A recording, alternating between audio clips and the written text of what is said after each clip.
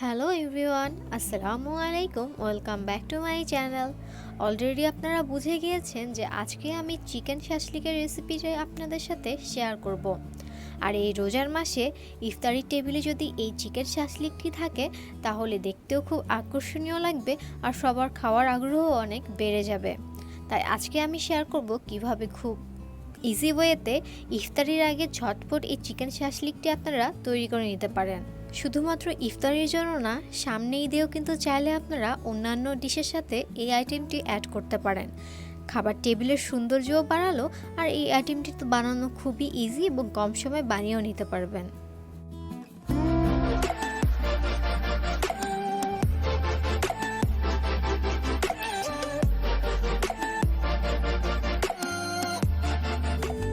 এখানে আমি মুরগির বুকের মাংস নিয়ে নিয়েছি। আপনি চাইলে মুরগির হাড় ছাড়া অন্য মাংসগুলোও নিয়ে নিতে পারেন।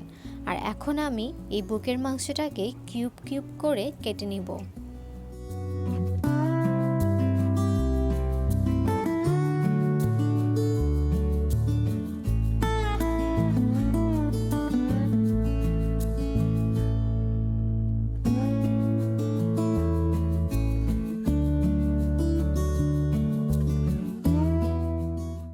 মাংসগুলোকে একটি বাটিতে তুলে নিয়ে দিয়ে দিচ্ছি পরিমাণ মতো লবণ, চিমটি পরিমাণ বেকিং সোডা মানে 1/4 চা চামচ, আর দিয়ে দিব হচ্ছে লেবু। আর এই তিনটা জিনিস আমাদের হেল্প করবে মাংসটাকে সফট রাখার, মানে আমরা যখন মাংসটা ফ্রাই করব তখন যে আঁশগুলো শক্ত হয়ে যায়, ড্রাই হয়ে যায়, ওগুলো খুবই সফট থাকবে। আর যেহেতু ফ্রাই প্যানে করব তাই এর জন্য লেবু আর বেকিং সোডা লবণ দিয়ে এটাকে 5 মিনিট মেরিনেট করার জন্য রেখে দিব। 5 মিনিট পর এখন দিয়ে দিচ্ছি এখানে 1 চা চামচ রসুন বাটা, আধা চা চামচ আদা বাটা, 1 চা চামচ পরিমাণ জিরা গুঁড়া, আর 1 চা চামচ পরিমাণ দিয়ে দেব ধনিয়া গুঁড়া। তারপর দিয়ে দিব হচ্ছে ব্ল্যাক পেপার।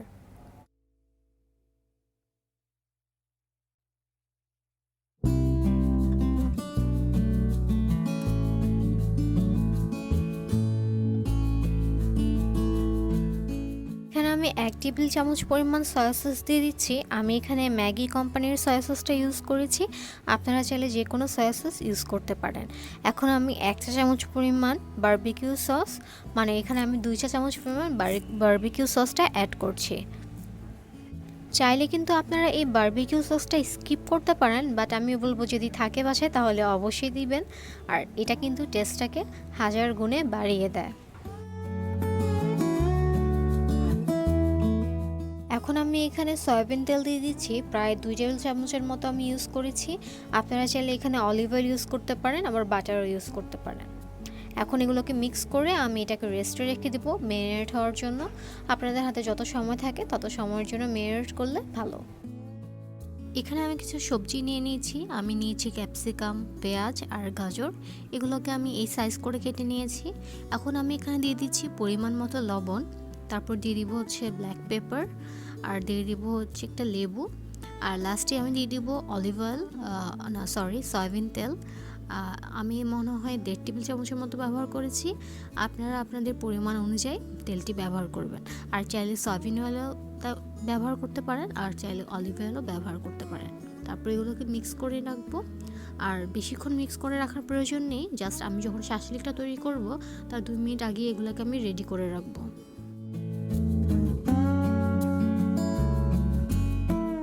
একটি কাঠের ভিতরে ফার্স্টে আমি ক্যাপসিকাম দিয়ে দিচ্ছি, তারপর আমি দিয়ে দিব হচ্ছে পেঁয়াজ, তারপর একটি চিকেনের পিস দেব, তারপর আমি দেব হচ্ছে গাজর।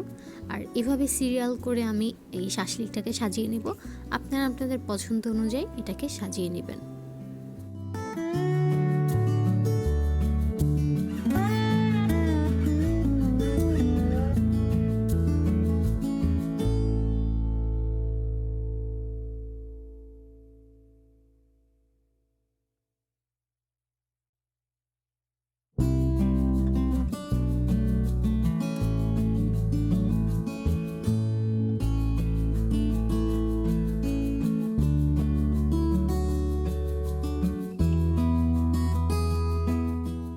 চুলাতে একটি ফ্রাই প্যান বসিয়ে বাটার ব্রাশ করে নেবেন। আমি সেই কাজটাই করেছি। তার উপরে আমি চিকেন শাশলিকগুলো দিয়ে দিয়েছি। আর এখন আমি এগুলোকে হালকা উল্টিয়ে দিব, কারণ এক সাইড বেশিক্ষণ হতে গেলে পুড়ে যাবে। তাই একটু পরপর চেষ্টা করবে যেগুলোকে হালকা উল্টিয়ে পাল্টিয়ে দেওয়ার জন্য। আর মাঝখানে মাঝখানে কিন্তু অবশ্যই হালকা বাটার ব্রাশ করে দিতে হবে, তাই বাটারটা অবশ্যই চুলার পাশে রাখবেন। চিকেন শাশলিকগুলো এখন আমার হয়ে গিয়েছে, আর 10 থেকে 12 মিনিটের মতো সময় লাগবে। এর থেকে বেশি রাখবেন না, তাহলে কিন্তু অনেক বেশি ড্রাই হয়ে যাবে। আর এখন আমি এগুলোকে একটি সার্ভিং ডিশে নামিয়ে নিচ্ছি। এভাবে ব্যাচে ব্যাচে আমি একটার 5টার মতো করে প্যানে দিব।